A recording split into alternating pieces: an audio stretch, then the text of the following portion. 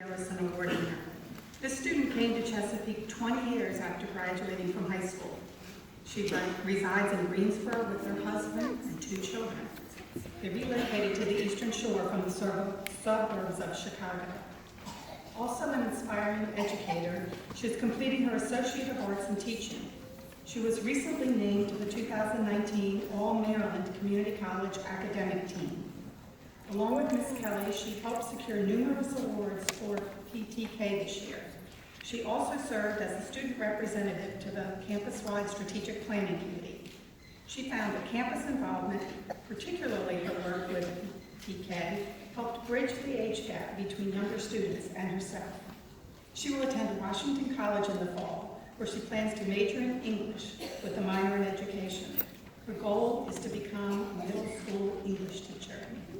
It is with great pride that I present to you this year's second John T. Harrison Award winner, Mrs. Jacqueline Smith.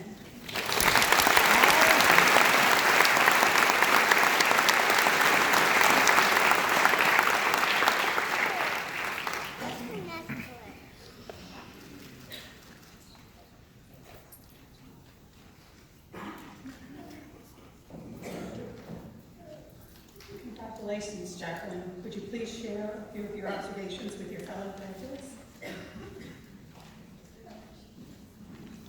Good evening, and congratulations, graduates. When speaking at a graduation, it's customary to address your remarks to the graduating class. Well, true to form, I'm going to be just a little non-traditional. Right now, in this room, there are many people who have tirelessly championed one or more of tonight's graduates. These people have contributed time, support, knowledge, or resources without a second thought to come to the aid of a person sitting at the front of this room. I would be willing to bet that there are at least a handful of you wishing that you too were continuing your education. I know this because I felt that way too. I was so proud of the academic accomplishments of my children, but a part of me always wished that I could have another chance to pursue my own education.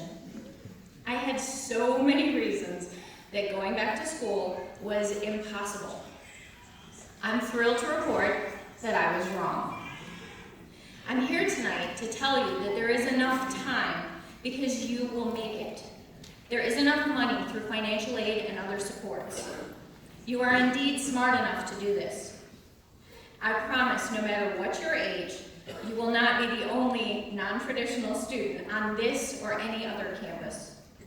And above all, I now know that going back to school is not selfish. Education not only lifts you up, it lifts up your family and your community as well. I won't lie and tell you that this was easy.